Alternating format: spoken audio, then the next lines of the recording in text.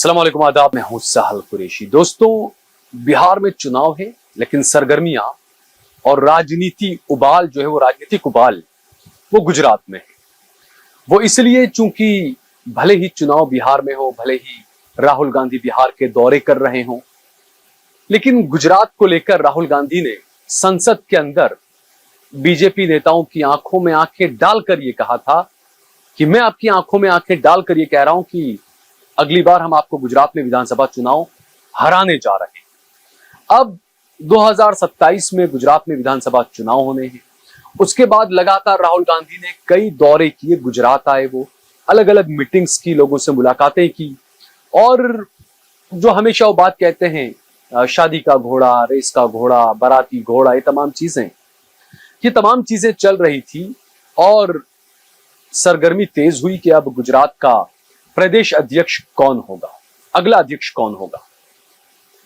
बिल्कुल राहुल गांधी एक सुलझे हुए बेहतरीन नेता हैं। उनकी सोच दूरंदेशी वाली सोच होती है, इससे हम इनकार नहीं कर सकते, यह हकीकत है। लेकिन यह भी हकीकत है कि राहुल के नाम के पीछे जो गांधी लगा है, वो गांधी मुसलमानों को अपना कितना करीबी समझते थे, खुद से कितना करीब वो मुसलमानों को रखा करते थे। गुजरात में गांधी आश्रम, जहां से आजादी की लड़ाई की पूरी नीति बनी, रणनीति बनी, सब कुछ वहां से होता था।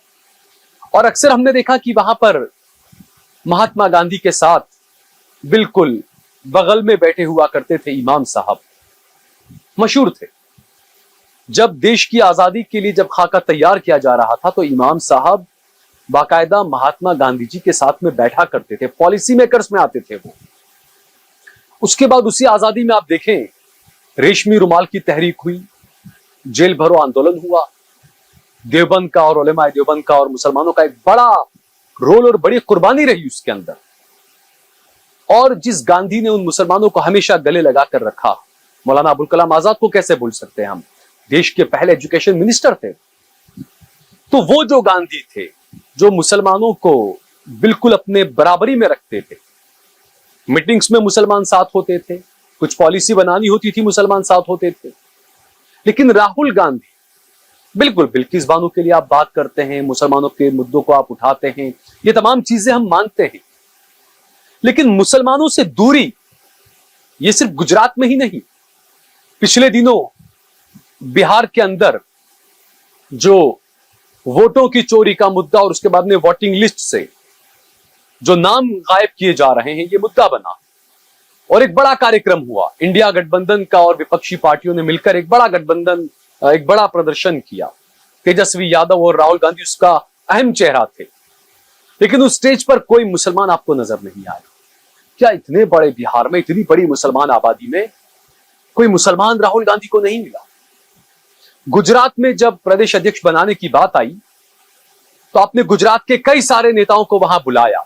उसमें लंगड़े घोड़े, लूले घोड़े, लंगड़े घोड़े, रेस के घोड़े, बारात के घोड़े, सब उसमें शामिल थे। लेकिन अफसोस की बात कि गुजरात के 70-75 लाख जो मुसलमान हैं, उनकी नुमाइंदगी करने के लिए कोई मुस्लिम चेहरा वहां पर राहुल गांधी के साथ नहीं था। 10 जनपद पर यह मीटिंग हुई, जिसमें यह तय किया जाना था कि आखिरकार गुजरात का प्रदेश अध्यक्ष कौन होगा, किसको बनाया जाए। उसको लेकर जो बातें चल रही थी, कोई मुसलमान वहां पर नहीं था। और जब कई लोगों ने सोशल मीडिया पर, जो जागरूक मुसलमान हैं, उन्होंने जब आवाज उठाना शुरू किया, उसके बाद आनंद फानंद में सूरत के कदीर पीरजादा, वो एक ऐसा नाम है कदीर पीरजादा का कांग्रेस, गुजरात कांग्रेस में, कि मैं पिछले 18-19 साल से पत्रकारिता कर रहा हूं, लेकिन मैंने कहीं पर भी किसी मुस्लिम इश्यू पर कदीर पीरजादा को कभी बोलते हुए या कभी सड़क पर उतरते हुए नहीं देखा। कदीर पीरजादा आए, उन्होंने एक वीडियो जारी किया अपना, 1-1.5-2 मिनट का कुछ वीडियो है, जिसमें वो कह रहे हैं कि नहीं, ये बात गलत है कि किसी को नहीं बुलाया, मुसलमान को बुलाया था, मुझे बुलाया था, लेकिन मुझे उर्स में जाना था, इस वजह से मैं नहीं गया। उन्हीं कांग्रेस वालों से मैं कहना चाहूंगा, जब आप कहते हो कि योगी आदित्यनाथ पुजारी हैं, मठाधीश हैं, मठ में ही उनको बैठना चाहिए, राजनीति उनको नहीं करनी चाहिए, तो कदीर पीरजादा साहब, फिर तो यह भी कहना चाहिए कि आपको जब उर्स और गादी और यही सब संभालना है तो राजनीति को छोड़ दीजिए आप। वैसे भी आपकी राजनीति से गुजरात के मुसलमानों को क्या क्या फायदे हुए, आप कोई 5 फायदे अगर गिना सकते हैं तो गिनवाइए आप। मेरा यहां पर कदीर पीरजादा या किसी से वो नहीं है, जो हकीकत है वो मैं आपके सामने रख रहा हूं। एक ही मुस्लिम विधायक 182 सीटों में से गुजरात में एक ही मुस्लिम विधायक है, इमरान खेड़ावाला। उनको तक नहीं बुलाया गया। फिर कहा ऑफिस बेयर्स को बुला रहे हैं, इनको बुला रहे हैं, उनको बुला रहे हैं, तो और कोई नहीं थे। जावेद पीरजादा खुद कई कमेटियों में उनको कांग्रेस ने मेंबर बनाया है, तो क्यों जावेद पीरजादा को नहीं बुलाया गया? क्यों इमरान खेड़ावाला को नहीं बुलाया गया? और भी बहुत थे, गयासुद्दीन शेख साहब थे, और भी बहुत लोग थे। और दूसरा, मैं हमारे एमआईएम वाले भाइयों से कहूंगा कि सबसे पहले ये एक दूसरे की जो टांगे खींचने वाली बात है ना, उसको आप पहले साइड में रख दें। उसके बिना आपकी राजनीति नहीं हो पाएगी। मैं खुलकर बार बार कहता हूं कि मैं जाती तौर पर मानता हूं असदुद्दीन ओवैसी साहब बीजेपी के एजेंट नहीं है। मैं नहीं मानता ऐसा कि वो एजेंट है। लेकिन कुछ एमआईएम के कुछ लोग हैं जो 3-4 ट्रोलर्स, वो पता नहीं फेसबुक वगैरह पे करते रहते हैं बदनाम सारा, ओवैसी साहब को भी, उनकी पार्टी को भी, कांग्रेस को भी, कांग्रेस के लोगों के इंटरव्यू लेने वालों को भी, सबको बदनाम करना उनका काम है। जबकि उनकी खुद की विचारों की कोई हैसियत या कुछ वो नहीं है कि वो अपना खुद का वो कुछ एक ऑरा या कुछ चीज सोशल मीडिया पर वो बता सके या कर सके। लेकिन राहुल गांधी और कांग्रेस पार्टी जो कर रहे हैं, मुसलमानों से दूरी बना रहे हैं, ये सवाल इसलिए उठ रहा है कि राहुल गांधी का जो ख्वाब है, एक तो सबसे पहला उनका संविधान बचाओ।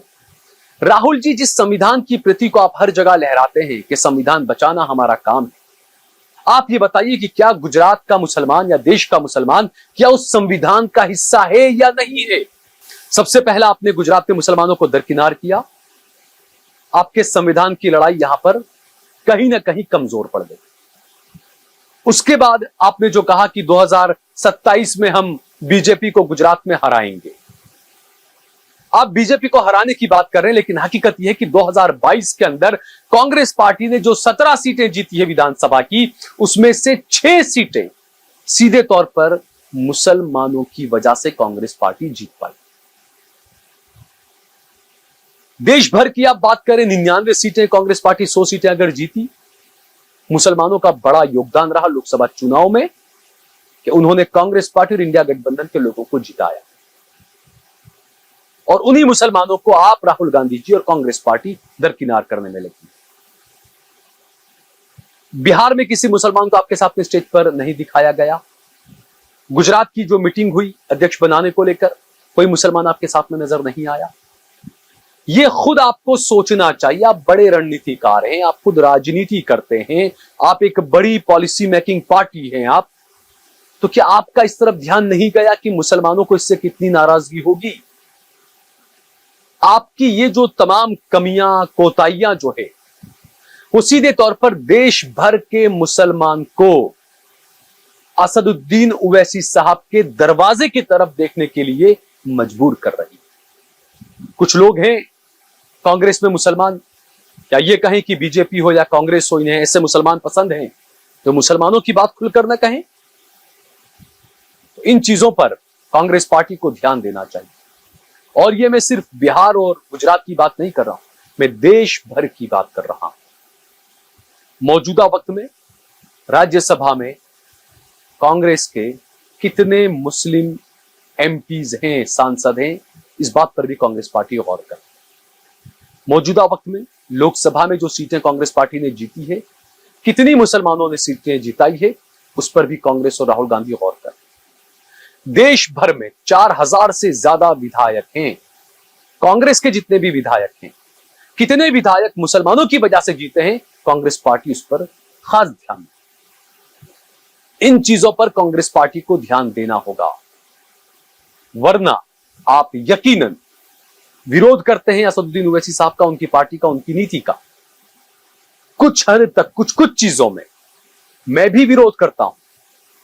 वो बी टीम नहीं है बीजेपी की, लेकिन कुछ उनके कदम, कुछ उनकी बातें, कुछ उनकी पॉलिसी ऐसी रही है जिसकी वजह से मुसलमानों को नुकसान भी होता है। बिल्कुल मुसलमानों को क़यादत दी जानी चाहिए, मिलनी चाहिए, हक है मुसलमानों का। लेकिन एक पॉलिसी मेकिंग में, और मैंने लिखा भी था बीच में कि इंडिया की दुविधा ऐसी हो चुकी है ना, इंडिया गठबंधन की ऐसी दुविधा हो चुकी है कि ओवैसी को अगर साथ में लो तो हिंदू वोट छटक जाएगा, और अगर ओवैसी को साथ में न लो तो मुस्लिम वोट बिखर जाएगा। तो इसके लिए एक रणनीति मजबूत कांग्रेस पार्टी को बनानी पड़ेगी, क्योंकि यह हकीकत है कि असदुद्दीन ओवैसी साहब की कहीं ना कहीं मुसलमानों के अंदर दबे पांव ही सही एक्सेप्टेबिलिटी बढ़ रही है, लोकप्रियता बढ़ रही है, धीरे धीरे ही सही। और उसके लिए जिम्मेदार सीधे तौर पर कांग्रेस पार्टी के ये तमाम कदम हैं, ये तमाम नीतियां हैं जिसमें मुसलमानों को दूर रखा गया, और यही वजह है कि मुसलमानों को ओवैसी की तरफ देखना पड़ रहा है। और अभी भी वक्त काफी बचा हुआ है, कांग्रेस पार्टी को डैमेज कंट्रोल करने की कोशिश करनी चाहिए और खुलकर करनी चाहिए। गलती हुई है तो मानना चाहिए, कहना चाहिए कि हां गलती हुई है, हम सब इस गलती को सुधारते हैं। कांग्रेस पार्टी वो पार्टी रही है जहां हिंदू, मुस्लिम, सिख, ईसाई, आस्तिक, नास्तिक सभी को साथ में लेकर चली है कांग्रेस पार्टी, हमेशा सभी की बात की हमेशा कांग्रेस पार्टी ने मजबूती के साथ में। लेकिन कुछ इस तरह के लोग आ गए जिन्होंने उल्टी सीधी लाइनें शुरू कर दी कांग्रेस पार्टी में, भटकाना शुरू कर दिया राहुल, सोनिया, प्रियंका। इस बारे में कांग्रेस पार्टी को और आला कमान को खास गौर करना चाहिए। राहुल गांधी जी, अहमद पटेल के साथ में आपका जो भी मामला था उसका बदला कृपा करके, मेहरबानी करके सभी मुसलमानों से न लें। हम चाहते हैं, मैं खुद कहता हूं कि राहुल गांधी नरेंद्र मोदी से 1000 गुना बेहतर प्रधानमंत्री बन सकते हैं और साबित होंगे बेहतरीन प्रधानमंत्री। लेकिन उन्हें जो रास्ता भटका रहे हैं ना, उसके बारे में राहुल गांधी के करीबी लोगों को बहुत ही गौर फिक्र कर कर सोचना चाहिए। इस वीडियो को ज्यादा से ज्यादा शेयर करिए, कमेंट करिए, लाइक करिए। अगर आपने हमारा चैनल देश लाइव सब्सक्राइब न किया हो तो हमारे चैनल को जरूर सब्सक्राइब करिए। जय भारत, जय हिंद।